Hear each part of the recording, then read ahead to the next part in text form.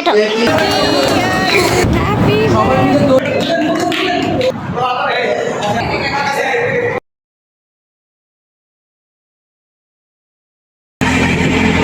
তাড়াতাড়ি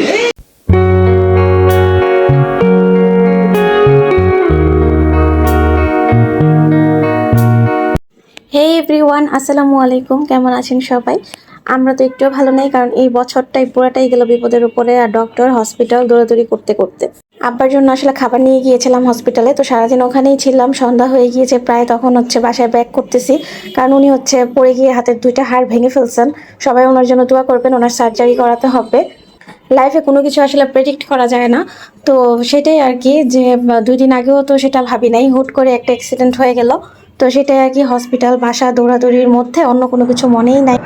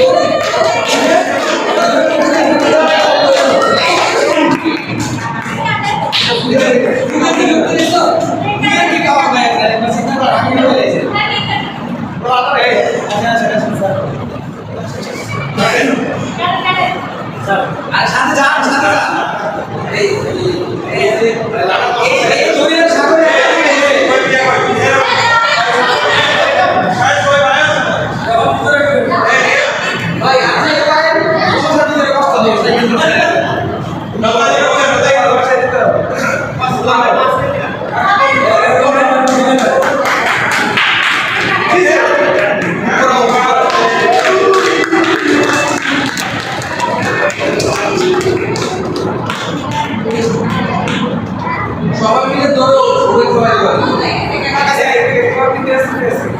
সবাই খাওয়াই দিবে কিন্তু শেষ না, এখন সবাই মিলে আমরা খাওয়াই দাও। Happy birthday to you.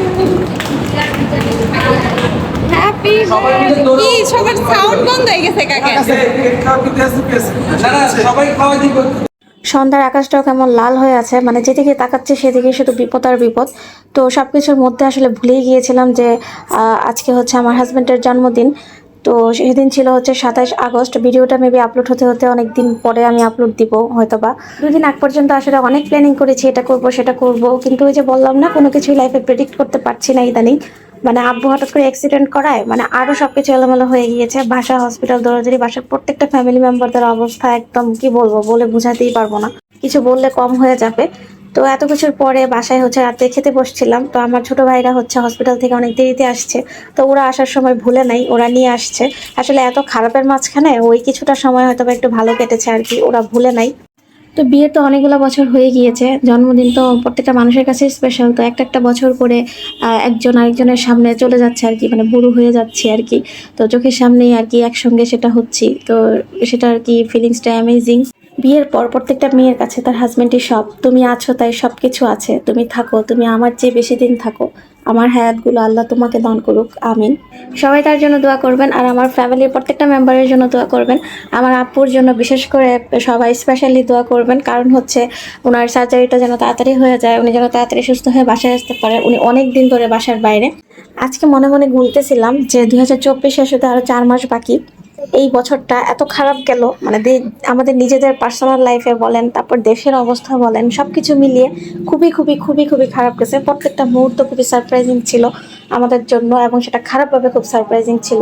এমন একটা বছরের জন্য ঘুরে ফিরে আর কখনোই না আসে, এটা যেন চিরতরে শেষ হয়ে যায়। সো অনেকক্ষণ পরে বা 2-3 দিন পরে সবাই একটু হ্যাপি হ্যাপি ফেসে ছিলাম আর কি। তো কিছুটা সময় খুবই ভালো কাটলো। যারা ইউটিউব চ্যানেল থেকে আমার ভিডিওটা দেখছেন তারা অবশ্যই লাইক, কমেন্ট, শেয়ার এবং সাবস্ক্রাইব করে দিবেন। আর যারা পেজ থেকে দেখছেন পেজটাকে লাইক অ্যান্ড ফলো করে দিবেন। ভিডিওগুলো ভালো লেগে থাকলে অবশ্যই একটি লাইক দিতে ভুলবেন না, আর অবশ্যই নিয়মিত কমেন্টস করবেন আমার সাথে কানেক্টেড থাকার জন্য। মানুষ জীবনে বাঁচে কত বছর? 55 থেকে 60 বছর গড়ে। তো সেই হিসেবে আমাদের জীবনে অর্ধেকটা সময় কেটেই গেছে। সেই জীবনের বাকিটা সময় যেন খুব ভালোভাবে যায়, সেই দোয়াটাই চাইবো আপনাদের কাছে। সো জীবনের প্রত্যেকটা দিনকে উপভোগ করতে হবে, জীবনের প্রত্যেকটা সময়কে উপভোগ করতে হবে, কারণ আমাদের প্রত্যেকটা আগামী অজানা।